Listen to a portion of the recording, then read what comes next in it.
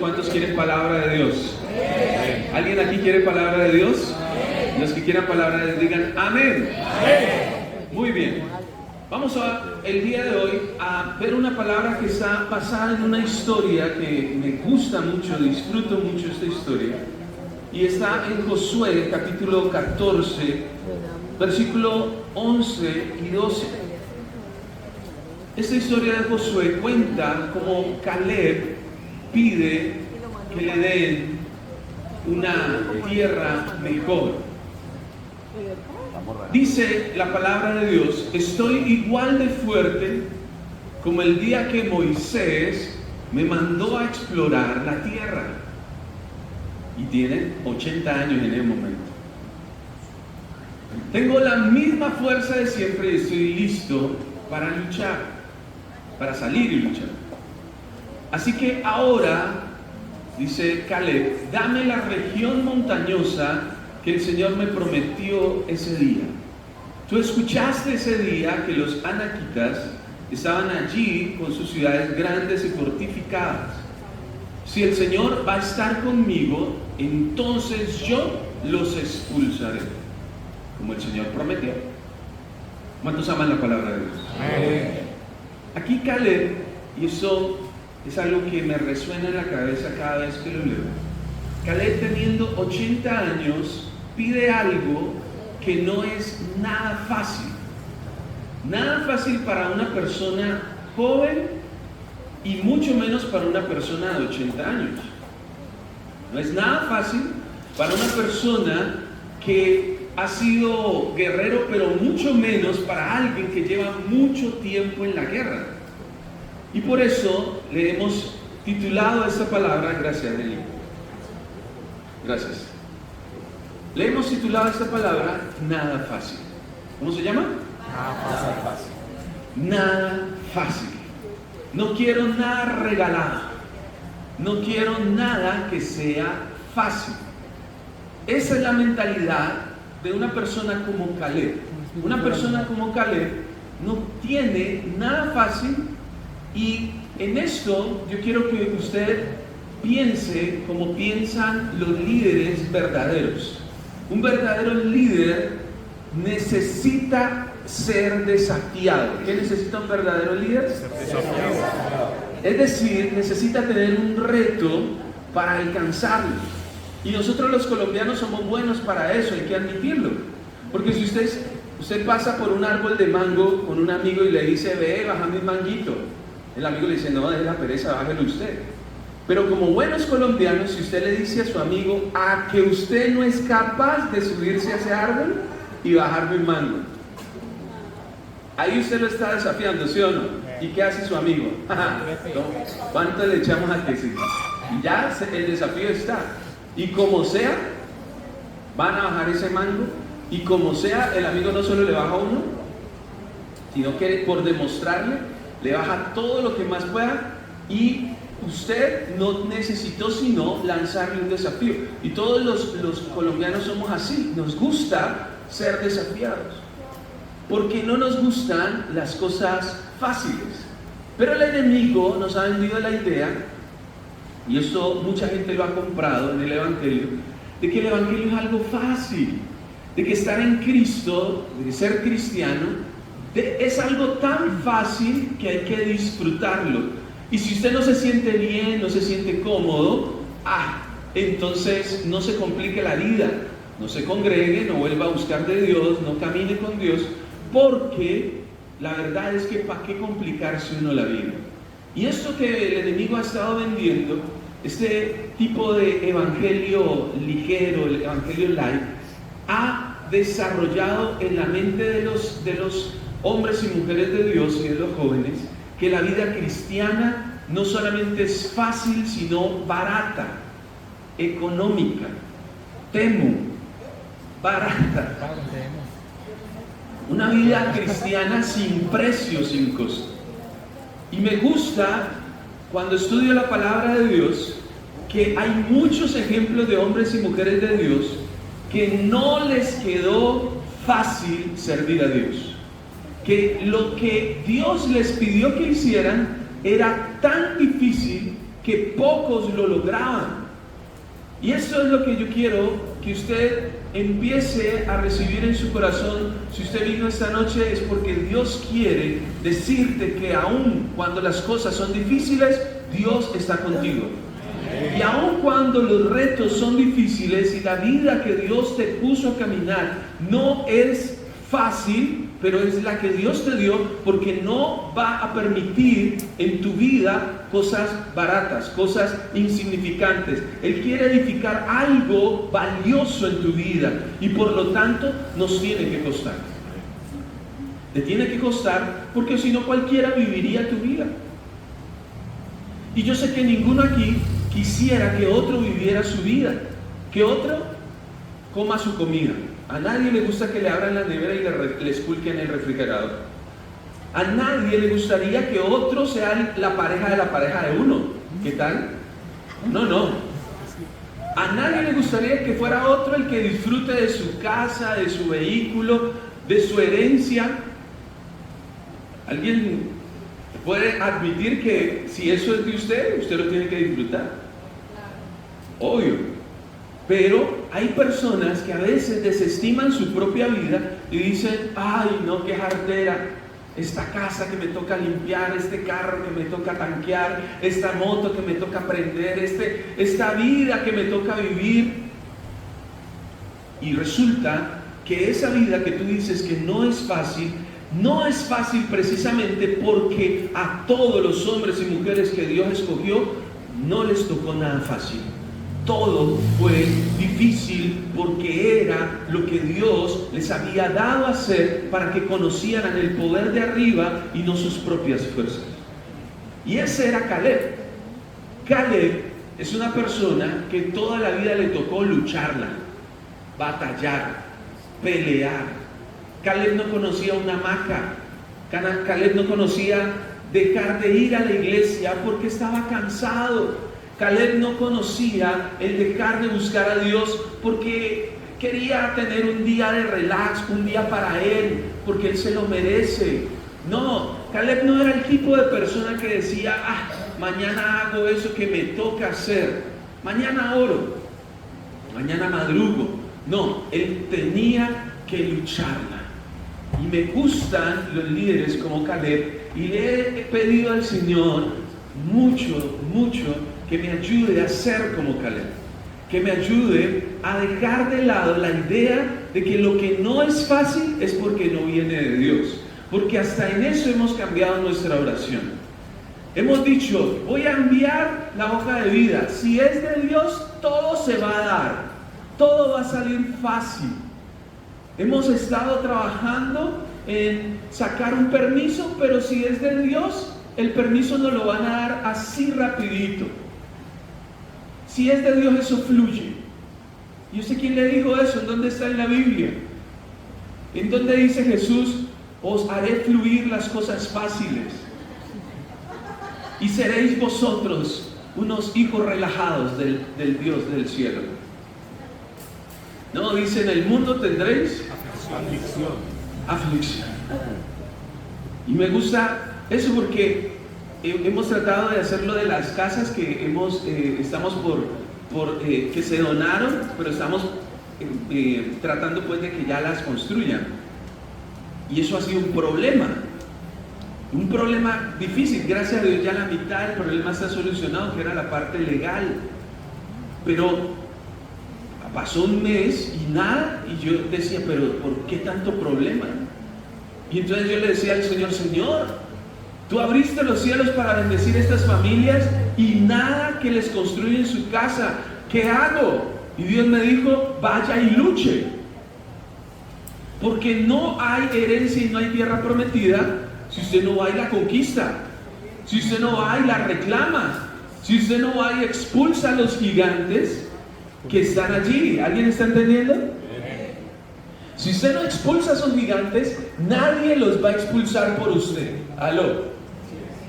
Te regalaron una cosa o una casa, y si usted no va y hace la gestión, la vuelta, pide la firma, hace la fila, si usted no hace el esfuerzo, nadie le va a conquistar esa tierrita. esa montañita se va a quedar allí ocupada por gigantes porque usted no la quiso reclamar. Porque usted pensó, porque alguien pensó que la vida cristiana era esperar a que todo fluyera, a que todo se diera, a que el trabajo te llamaran y te lo dieran. ¡Ja! No me haga reír. No me haga reír. Cuando recién estábamos empezando en el cristianismo, yo estaba que vivíamos en la Junta de Acción Comunal, ¿no? Ahí en José María Córdoba. Y ahí, como era un salón grande como este, entonces yo cantaba o trataba de cantar, cantaba muy mal, ¿no? Lo reconozco, cantaba bastante mal. Pero pues al menos ensayaba, no tenía donde ensayar, era un salón así que era la Junta de Acción Comunal, el salón comunal. Y ahí yo tocaba la guitarra y todo eso. Y uno de los sueños que yo tenía con Emanuel Racines, era un guitarrista que ese sí era un músico tremendo, era que algún día, mientras estuviéramos tocando o cantando, por la cuadra pasara un ministro de alabanza, dueño de una productora, un promotor musical, y escuchara la guitarra de Manuel y escuchara mi canción, la que estaba componiendo, y dijera: ¡oh, qué hombre tan maravilloso! Me lo voy a llevar para México a grabar con Marcos Witt. ¡Oh, qué maravilla de guitarra! Nunca había escuchado un punteo así, un acorde así. Me lo voy a llevar conmigo a una gira a Estados Unidos. Mano, esos sueños eran sueños muy baratos. ¿Por qué? Porque por ahora, hasta ese momento, no nos habíamos esforzado lo suficiente. Pero el pastor Roberto, se me va el apellido del pastor Roberto. El pastor de Santander de Quilichá. Yo le doy una tutoría a él de todos los días. Y me contó una historia que pasó ahí en la iglesia del Nazareno, Paso Ancho. Y se las cuento a ustedes. Digan, ellos están en una convención y el que está dando la conferencia es nada más y nada menos que Marcos Witt. Que nosotros hemos tenido convenciones allí con Marco Barrientos, ¿cierto? Con cantantes de estos duros. Este que canta Algo grande vendrá, ¿cómo es que se llama?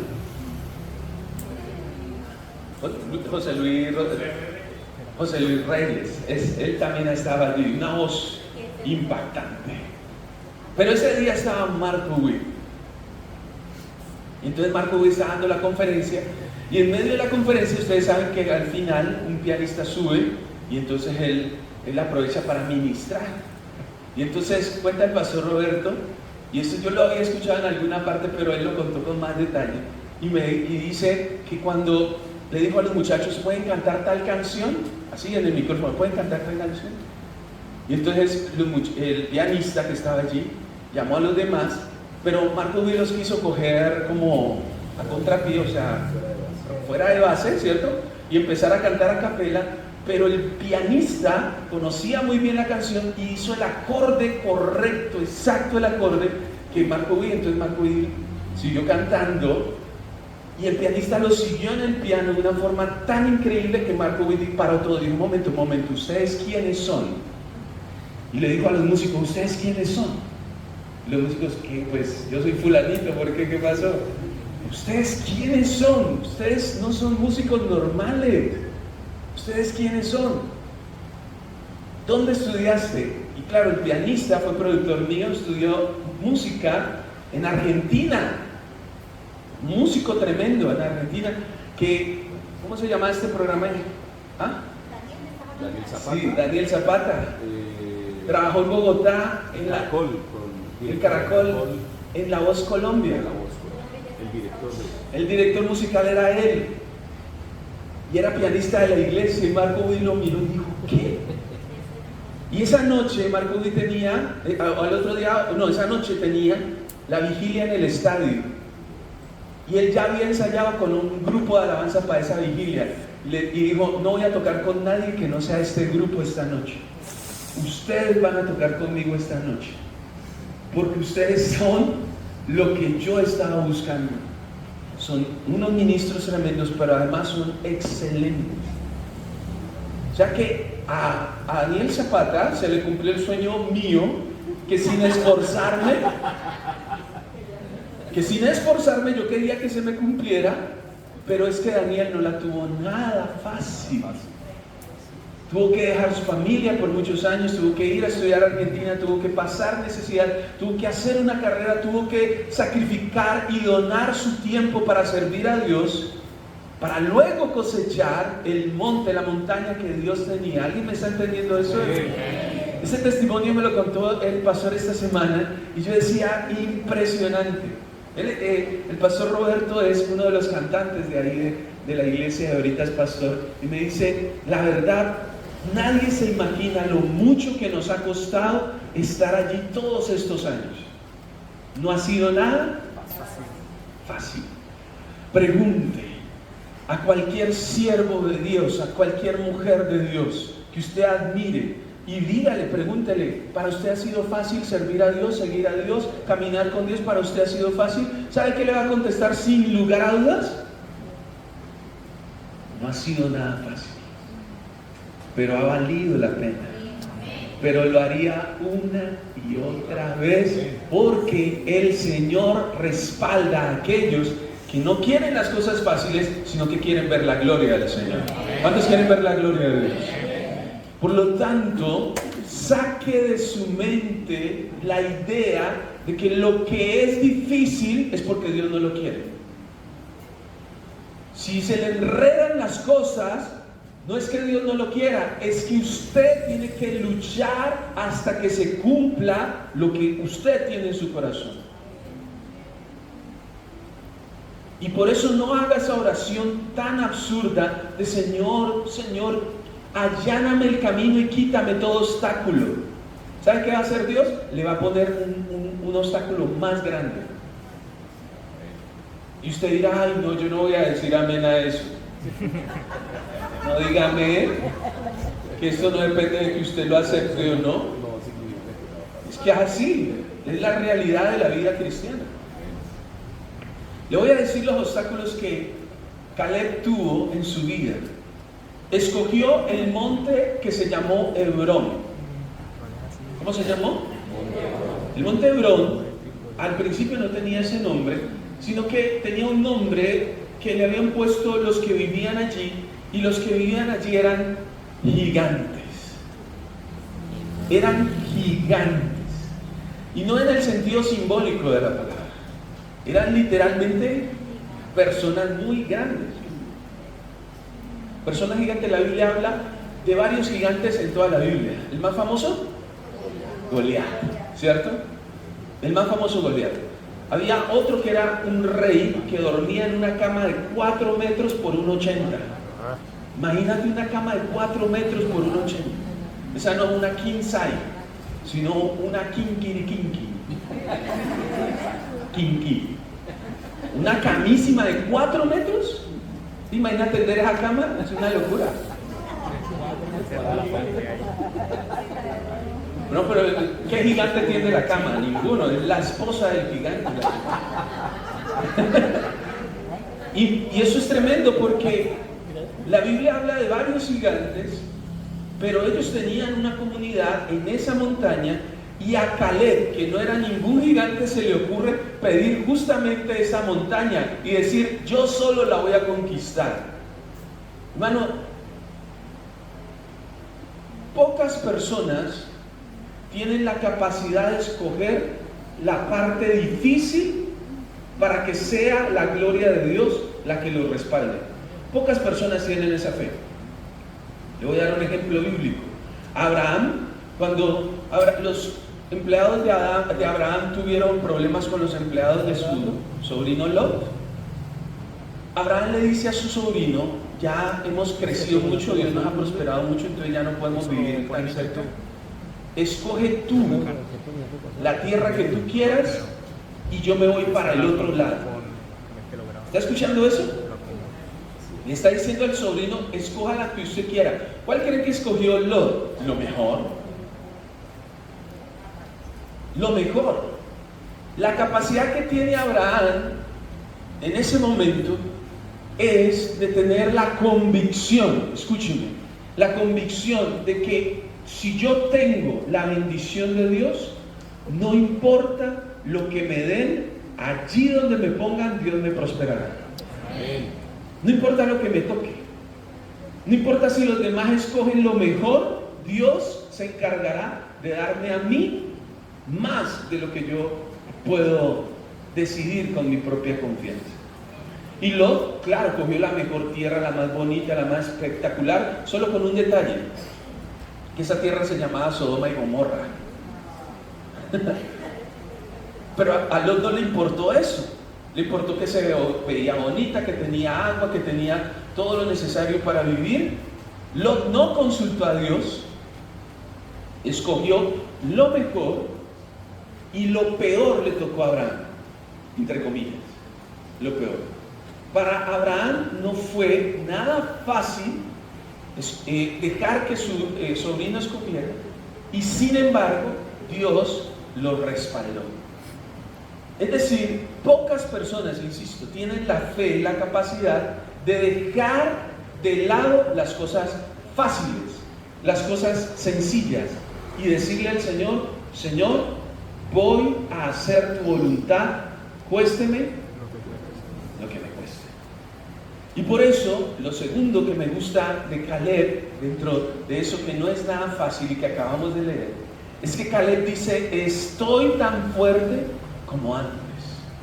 Y eso significa que Caleb reconocía, escúcheme, que cuál era su alcance, cuáles eran sus capacidades.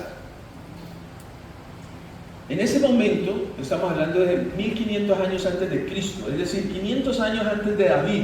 Hasta ahora, nosotros cuando hablamos de quién mató a un gigante, es David matando a Goliat. Pero no fue el primero que mató a un gigante. ¿Saben quiénes fueron los primeros que mataron gigantes? Moisés, los soldados de Moisés, Josué y Caleb. Ellos ya mataban gigantes 500 años antes de David.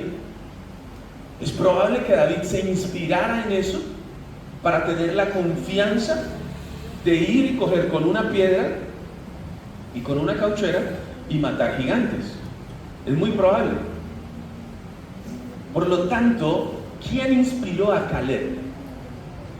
Lo inspiró que él conocía sus capacidades. ¿Qué conocía? Sus capacidades. Caleb dijo: yo soy capaz, tengo 80 años, pero estoy más viga que nunca. Tremendo, hijo. Levanten la mano los que tienen 80 o más años de aquí. Levanten la mano. Don José, usted está como Caleb, ¿cierto? Vigoroso. Pregúntele a doña Aura. Fuerte. Gracias, don José. ¿Alguien más? ¿Quiénes piensan vivir hasta los 80 o más? No pregunto porque no falta el que diga: ay, yo me quiero morir temprano.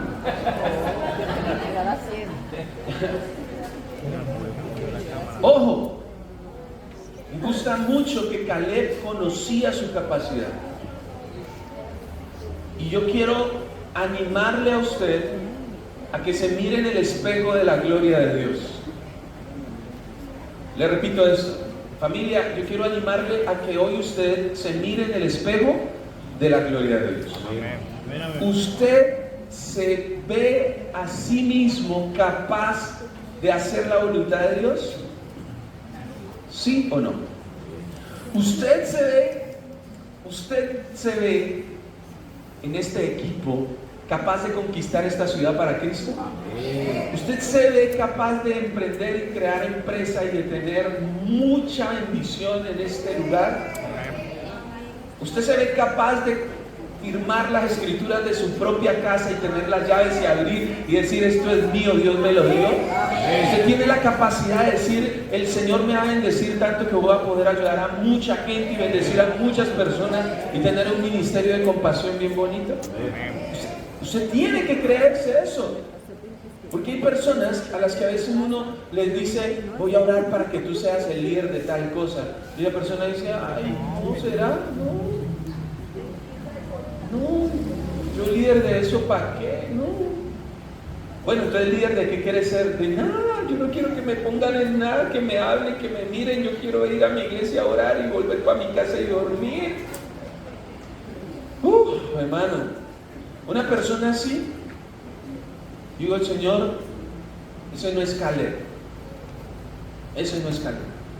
Alguna bendición tendrás para él, una cobija más cómoda, una almohada más rica, algo tendrás para él, pero esa persona no es Caleb, y yo te pido que la bendigas, no en una iglesia diferente, pero sí en una cama, que duerma, repose, donde nada lo estorbe, no se estrese, porque hay personas que en el ministerio se estresan, hay personas que en el evangelio se llenan de ansiedad, de temores, de mucho estrés. Y no estoy criticando a los que hemos sufrido de estrés, porque yo lo he sufrido, pero digo, hermano, si bien no hay nada fácil, somos capaces de hacerlo en el nombre de Jesús. Diga conmigo, yo soy capaz de hacerlo en el nombre de Jesús, porque mayor es el que está en mí que el que está en el mundo. Y en el espejo de la gloria de Dios, cuando usted se mire ahí, dígale, Señor, soy capaz de hacer tu voluntad, y Dios te va a decir sí. Pero es que, Señor, ya tengo más de 40 años, y Dios te va a decir sí, pero Caleb tenía 80. Entonces usted es capaz. Señor, pero es que mira, no tengo mucha fuerza. No importa, estás flacucho, pero así te voy a usar. Señor, pero es que no tengo plata. No importa, eres arrancado, pero yo te voy a prosperar. Señor, pero es que no sé hablar. No importa, eres tatareto, pero yo te voy a poner a tu alrededor personas que te entiendan. Mira lo que hice con James. Entonces yo, no, pero tengo el zapato muy largo. Mira lo que hice con Davison Sánchez. Oiga, hermano, por eso puse un pie en la imagen. No, mentira, no. Reprendiendo todo espíritu de pie largo mañana, pie grande. Me interesa que tu corazón, tu mente sean transformados hoy y tú puedas comprender que sí eres capaz, sí eres capaz. Le voy a decir algunas cosas en estos 2 minutos antes del siguiente punto. Ojo, hay tanto por hacer en el Evangelio, hay demasiado por hacer en el Evangelio, hay demasiado por hacer. Y hay personas, hermano, que en esta hora, en este momento deberían ya estar sirviendo al Señor y lo están aplazando porque se sienten que no son capaces. Yo valoro mucho a las personas que se esfuerzan en el Evangelio y le pido a Dios siempre que me ayude a hacer equipo con esas personas, porque son personas que han roto con todos los esquemas del mundo, han roto con sus propias luchas para poder servir al Señor. Y yo creo, escúcheme, si de pronto alguien está así, que es más fácil santificar a alguien que quiere servir a santificar a alguien que le huye al servicio. No sé si me va a entender. O sea, servir a Dios te santifica. Servir a Dios te obliga a estar en santidad. Por eso no es bueno que la gente critique a la gente que está acá al frente o que está sirviendo al Señor con su uniforme y todo y que hacen algo para Dios. No es bueno criticarlo porque usted no sabe el precio que esas personas han pagado. Si a usted le interesa de pronto la vida de alguien y dice, ay, esta persona está haciendo algo malo, hable directamente con esa persona, no empiece a decir, ay, usted supiera lo que vi, lo que me parece que están haciendo. No, mucho cuidado, porque usted no sabe cuántos micrófonos necesita uno para predicar.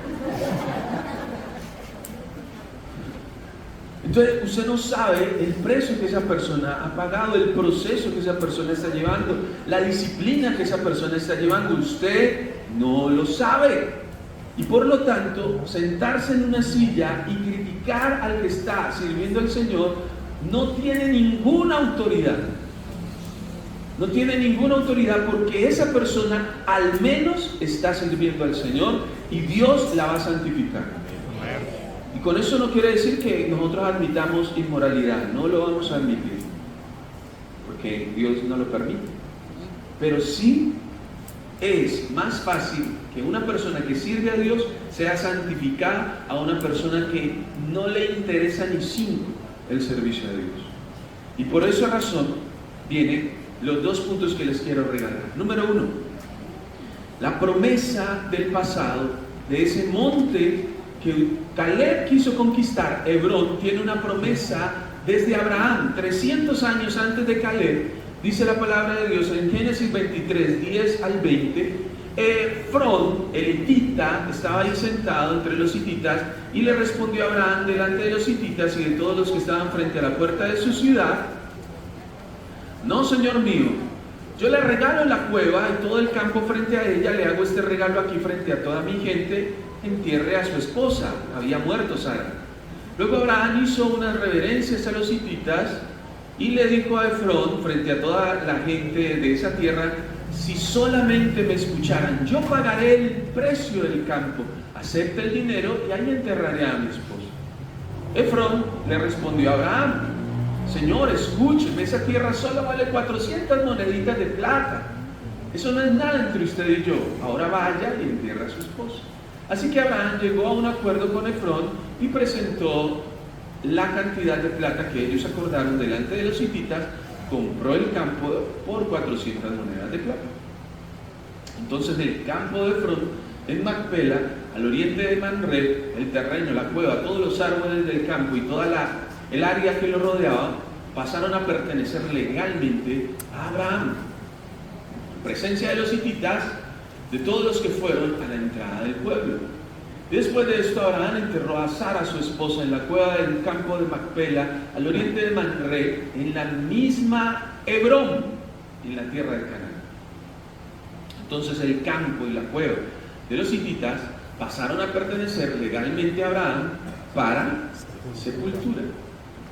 Hebrón, 300 años antes de Caleb, un pedacito de Hebrón para enterrar, bueno, un pedacito pero grande, una cueva con sus campos, dice ahí los árboles, pero finalmente era para enterrar a Sara, la esposa amada de Abraham. Abraham 300 años había hecho esa primera comprita para que no se burle del que dice: yo tengo un lote, así sea en el cementerio, pero tengo un lote. Abraham empezó así, ¿sí? Dios le prometió la tierra prometida, ¿cierto? Toda esa tierra de Canaán, pero él empezó con un pedacito para enterrar a su esposa. Y ahí vemos la conversación, que era una forma de negociar. Cuando el dueño de la tierra le dice: se la regalo. Y cualquier bayuno hubiera dicho: ah, listo, ya, entonces ¿dónde le firmo? Le acepto el regalo. No, era una forma cordial de ofrecer la tierra. Y ahora lo que tenía que decir es: no, yo quiero pagar el precio por ello. Entonces, bueno, eso solo vale tanto, eso no es nada entre usted y yo, vaya y haga lo que hace. Es una forma de negociar, una forma antigua de negociar. Pero ese pedacito de tierra se había convertido, escúcheme, en el inicio de la conquista de la tierra prometida. Y por eso, 300 años después, 400 años después, cuando viene Caleb a conquistar esa tierra, él dice: yo necesito Hebrón, necesito esos montes, necesito ese lugar. ¿Por qué? Porque ahí estaba la promesa en el pasado que Dios había hecho 4 siglos antes. ¿Alguien está entendiendo esto? Veo que nadie, entonces lo vuelvo y lo explico. 400 años antes, alguien había comprado esa tierra y ahora Caleb la necesita volver a conquistar porque los gigantes la habían habitado, se habían adueñado de esa tierra. ¿Me voy a entender ahora? Por esa razón, Caleb es un hombre, escúcheme, que está totalmente comprometido a recuperar lo que le habían quitado en el pasado. Y esto solo lo hacen las personas que han estado pendientes de qué es lo que Dios quiere hacer siglos atrás. Y yo quiero decirle, mi hermano, de parte del Señor, no puedes ignorar tu pasado y el de tus antepasados y el de tus ancestros, porque Dios quiere devolverte lo que otros les quitaron a ellos. Dios lo quiere dar a ti. Lo que tenías que heredar no te va a llegar en bandeja de plata, lo tienes que conquistar, lo tienes que reclamar y tienes que ir por él y decir: yo quiero este monte, no por capricho, sino porque ahí está mi promesa. Y yo por eso le pregunto nuevamente: ¿usted está seguro de dónde está su promesa? ¿Está completamente seguro de a dónde se quedó eso que Dios te prometió? Yo conozco personas que pasan los años y años y años esperando que algo suceda, cuando Dios les está diciendo: vaya y conquiste, vaya y recupere. Ese pedacito de tierra se convertirá en una ciudad entera si usted la conquista. Y por último, número 2, es la estrategia del futuro. La promesa del pasado y la estrategia del futuro. El segundo libro de Samuel, capítulo 5, del 1 al 5, dice lo siguiente: todas las tribus de Israel se presentaron ante David. ¿En dónde? ¿En dónde, mi hermano? Vamos a decirlo a la cuenta de 3, 1, 2 y 3. En el mismo sitio donde Abraham enterró a su esposa, el mismo sitio que Caleb reclamó, ahora es el sitio donde David es ungido como rey. 8 siglos después de Abraham, todas las tribus de Israel se presentaron ante David en Hebrón para decirle: somos parientes, tenemos la misma sangre. Aun cuando Saúl era nuestro rey, su majestad era el que nos dirigía en la batalla, el que traía al pueblo de la guerra. El mismo Señor le dijo a su majestad: serás el pastor de mi pueblo Israel y reinarás sobre él. Otra promesa. Así que todos los líderes de Israel se reunieron con David. ¿En dónde? Allí el rey David hizo un pacto con ellos ante el Señor. Luego los líderes lo consagraron rey de Israel. David tenía 30 años cuando empezó a reinar y fue rey durante 40 años. Reinó sobre Judá durante 7 años y 6 meses en Hebrón, y reinó sobre todo Israel y Judá durante 33 años en Jerusalén. Ojo con esto: Abraham, Caleb y David están unidos por una promesa y por una estrategia. David escogió Hebrón porque era un sitio militarmente estratégico, políticamente estratégico, y por eso Israel y Judá se unen en Hebrón para ungir a David por tercera vez. David fue ungido 3 veces, primero a los 17 frente a sus familiares, luego en el norte, en el sur en Judá, y luego en el norte en Israel, en Hebrón. Es muy importante ese lugar. Y cuando Caleb lo reclama, lo que hace al luchar por ese lugar es consagrarlo. Y esta es la palabra que yo le quiero decir de parte del Señor, si usted me lo permite. Todo lo que hoy conquistes, el Señor lo consagrará para tus futuras generaciones. Todo lo que trabajes con esfuerzo, el Señor no te lo arrebatará, sino que va a multiplicarlo incluso para que se convierta en herencia del Señor. Y yo creo eso, familia. Cuando oramos en este lugar por los pelados, por las generaciones que están creciendo, que están avanzando, bueno, tú no estás creciendo, pero el Señor espiritualmente te está levantando. Entonces, por molestar a Nico. Entonces, pero todos los demás están creciendo, los muchachos están creciendo, y yo creo firmemente que esa semilla, familia, va a generar una nueva generación, una nueva forma de pensar, una nueva manera de servir al Señor. Me gusta mucho eso, y por eso sueño, anhelo este año ir a los colegios. Y vamos a hacer locuras, hermano, en los colegios en el nombre de Jesús. Durante estos 6 meses yo le dije al Señor: no voy a concentrarme en nada más, sino en orar y capacitarnos para ir a los colegios. ¿Por qué? Porque ahí están los Caleb, ahí están los pelados, los que no son religiosos, los que van a amar al Señor con todas sus fuerzas, los que un día van a decir: uy, yo nunca voy a cargar un muñeco, un santo en mi espalda, sino que voy a servir al Dios vivo, al Dios todopoderoso, y voy a caminar con Él toda mi vida. Los que van a decir, yo nunca me voy a casar con la Virgen María, sino que me voy a casar, a hacer un hogar de verdad, a vivir para el Señor, y nunca me voy a separar del Señor, y voy a hacer que mi familia le sirva al Señor. ¿Alguien puede decir amén?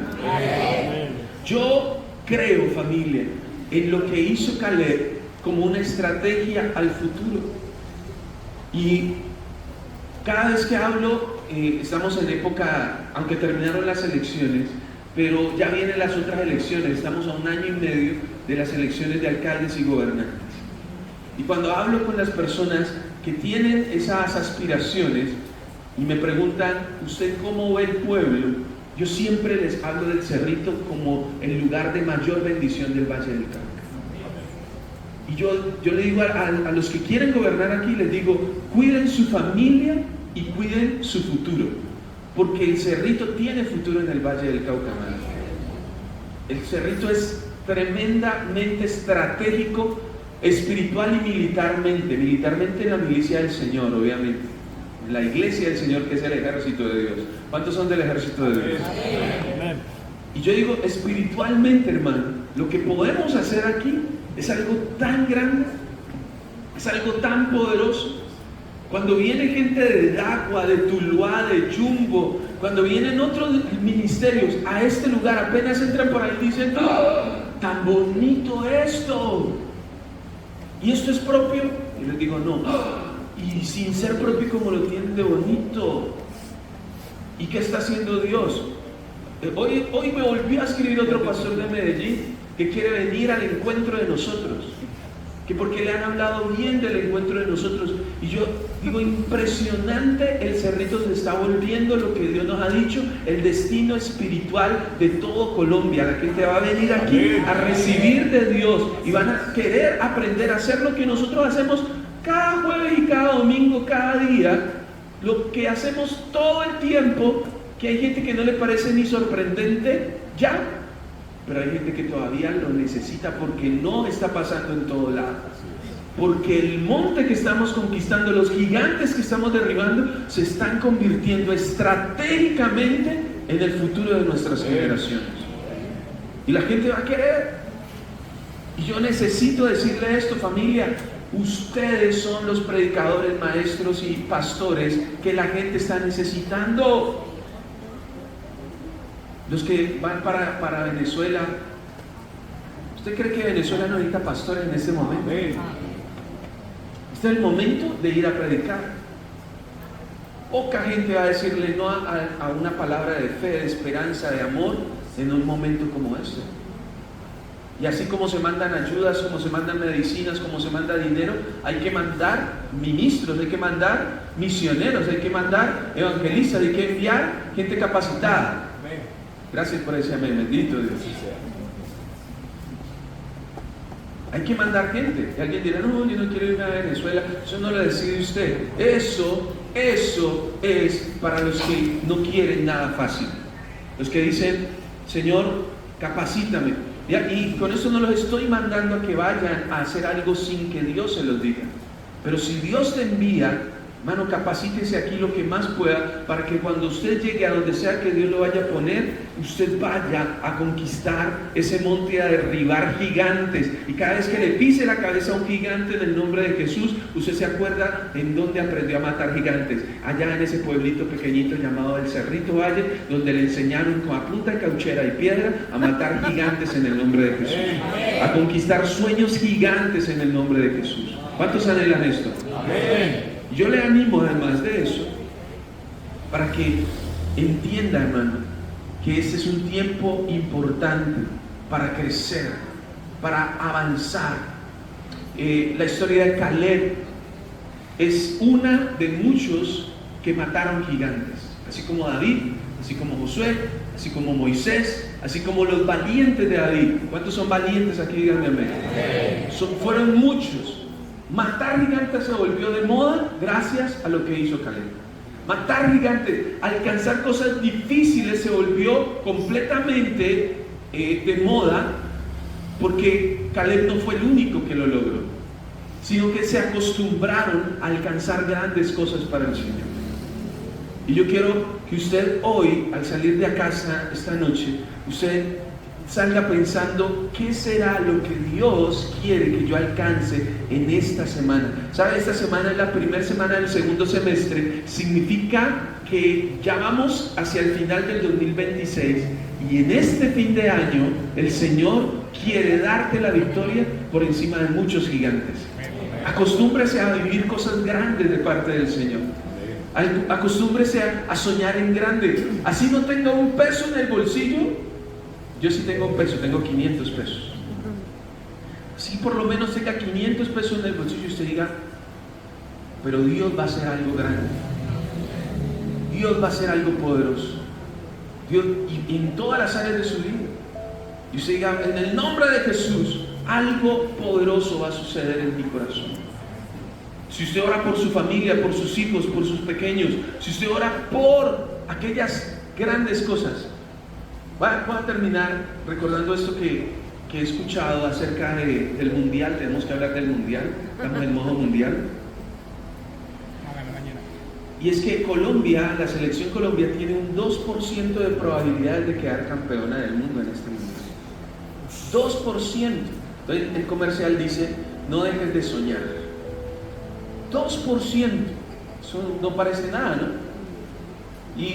Pero usted le pregunta al entrenador, a los jugadores, y ellos dicen, tenemos la ilusión viva, tenemos la esperanza viva, tenemos sueños, esa actitud es algo importantísimo. Porque si usted sale a jugar con la actitud de que lo van a derrotar, no hay nada que jugar. Son 90 minutos de usted ver ahí algo de que, uy, no quedarte acá en eso ya. Pero cuando alguien tiene el anhelo, y es la diferencia con las selecciones que llevan una historia, que llevan una trayectoria. Hay selecciones, y los que saben de fútbol me corregirán, porque yo no sé nada de fútbol, pero hay selecciones de categoría que van perdiendo el partido y no se rinden, y lo terminan remontando y ganando. Y para ellos eso es normal, porque es que llevan años en eso. Tienen historia, y la historia es muy importante. Y yo quiero que hoy usted entienda que nosotros tenemos categoría mundial en el nombre de Jesús. Amén. Usted tiene que sentirse en categoría mundial. No le hablo de fútbol, le hablo a nivel espiritual. Tenemos categoría mundial. Usted tiene mucho de parte del Señor que le puede brindar a muchas personas. Y por eso quiero lanzarle el desafío. Sueñe, anhele ver la gloria de Dios. Anhele ver la gloria de Dios, porque de una vez le anuncio, en este segundo semestre vamos a emprender grandes cosas para el Señor, y yo creo que el Señor nos va a dar un milagro tras milagro, nos va a sorprender, nos va a bendecir de manera especial y sobrenatural. ¿Alguien dice amén? Amén. ¿Cuántos quieren ver la gloria de Dios? Amén. ¿Cuántos van a conquistar gigantes en el nombre de Jesús? Dígale que está a su lado, no es nada fácil, pero lo voy a hacer. Dígale a alguien, no es nada fácil, pero lo voy a hacer. No, nada fácil, pero lo voy a hacer.